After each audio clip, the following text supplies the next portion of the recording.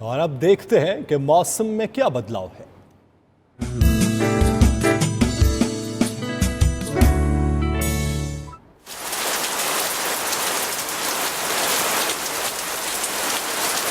बारिश ने ली खूबसूरत अंगड़ाई। बारिश ने लाहौर और गिरदोनवा में पत्ता पत्ता धो दिया। हैदराबाद और बन्नू डिवीजन में भी बादल जमकर बरसे। समंदरी तूफान की शिद्दत में कमी के बायस कराची का मौसम भी वापस ट्रैक पर आ गया। मौसम की सूरत हाल देखते हैं इस रिपोर्ट में।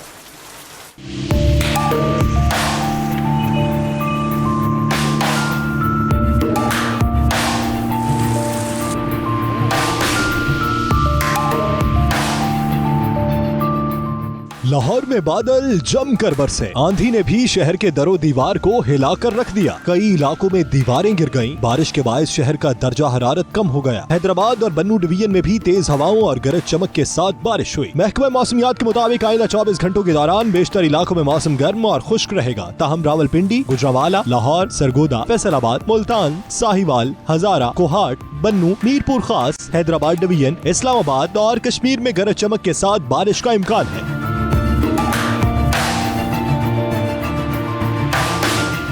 समंदरी तूफान वायो आखिरी सांसें लेने लगा तो कराची का मौसम भी मामूल पर आना शुरू हो गया। चंद रोज के दौरान मौसम में मजीद बेहतरी की उम्मीद है।